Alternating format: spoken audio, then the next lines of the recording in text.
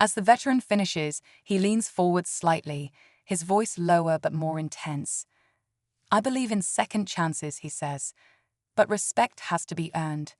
The room falls silent, the officer's fate hanging in the balance. The officer swallows hard, his arrogance stripped away, replaced by a mix of fear and regret. He knows there's no escaping the consequences, but the veteran's words leave a small glimmer of hope. The captain, still stern, asks his father what he thinks should happen next. The veteran takes a moment before responding. "I believe people can change," he begins, "but that change has to start with accountability." He turns to the officer, his gaze unwavering. "You need to understand the weight of your actions and the impact they have, not just on individuals, but on the trust between the community and those sworn to protect it."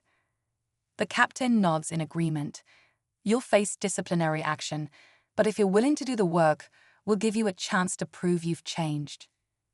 The officer, humbled, agrees, but just as he's about to leave, the veteran adds, "One more thing, join me at the Veterans Outreach Program. Learn about the people you're supposed to serve." It's an unexpected twist, but the officer sees it as a chance to make amends. As he exits the office, he knows this is just the beginning of a long journey, but for the first time, he feels a sliver of hope that redemption might be possible. In the weeks that follow, the officer begins attending the Veterans Outreach Program, learning more about the challenges these men and women have faced.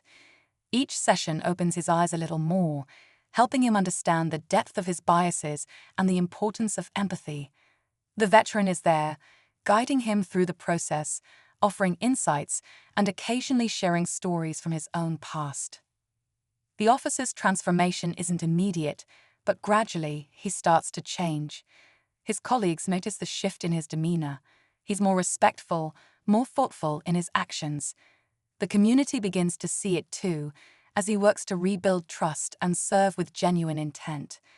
Reflecting on his journey, the officer realizes how close he came to losing everything, and how the encounter with the veteran and his captain gave him a second chance. It's a lesson he won't forget, a reminder that respect and understanding are the foundation of true justice. The truth was starting to unravel, but with every answer Marcus uncovered, new questions emerged. Why had his father disappeared when he did? What exactly had happened during that final confrontation that caused David to vanish?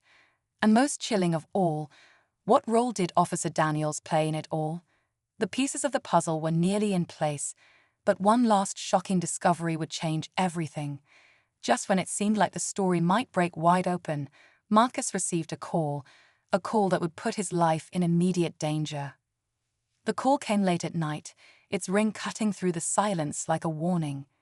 Marcus hesitated, staring at the screen, unsure if he should pick up. But something inside him told him that he had no choice. When he finally answered, a voice he didn't recognize spoke urgently. "They know you're looking into your father's past. You need to stop. Now." The words sent a chill down his spine. "If you keep digging, things won't end the way you want them to." The voice cut off before Marcus could respond. For a moment, everything seemed still, but in the back of his mind, Marcus knew that his life had just taken a darker turn. Who was this person, and how did they know what he was doing? Was it a threat, or was someone trying to protect him? The more he thought about it, the more questions piled up.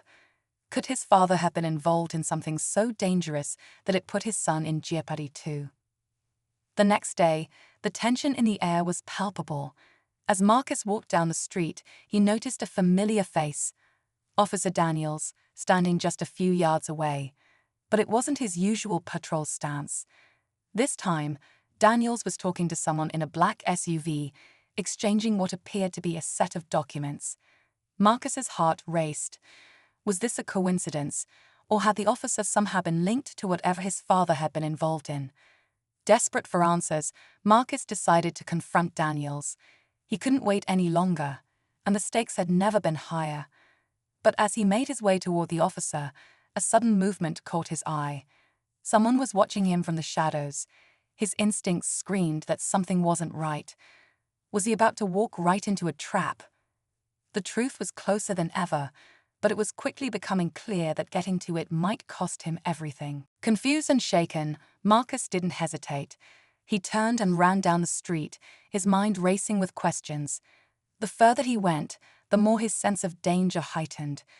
Just as he reached the end of the block, a black SUV screeched to a halt beside him, and the doors flung open. Two men in dark suits jumped out.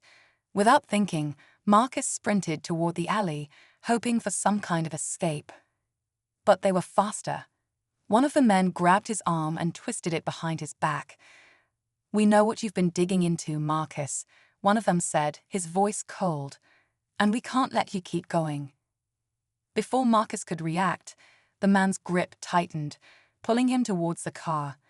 That was when the final piece clicked into place. These weren't just any men. They were connected to his father's past, to the secrets he'd been trying to uncover.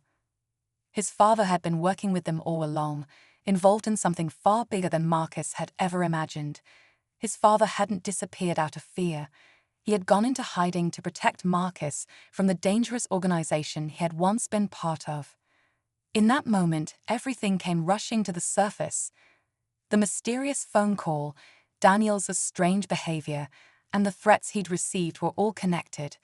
But as the man in the suit pulled out a phone to make a call, Marcus's world tilted once again.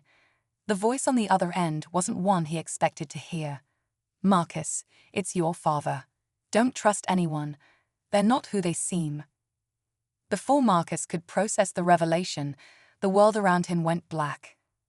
When Marcus finally woke up, he found himself in a dimly lit room, bound to a chair.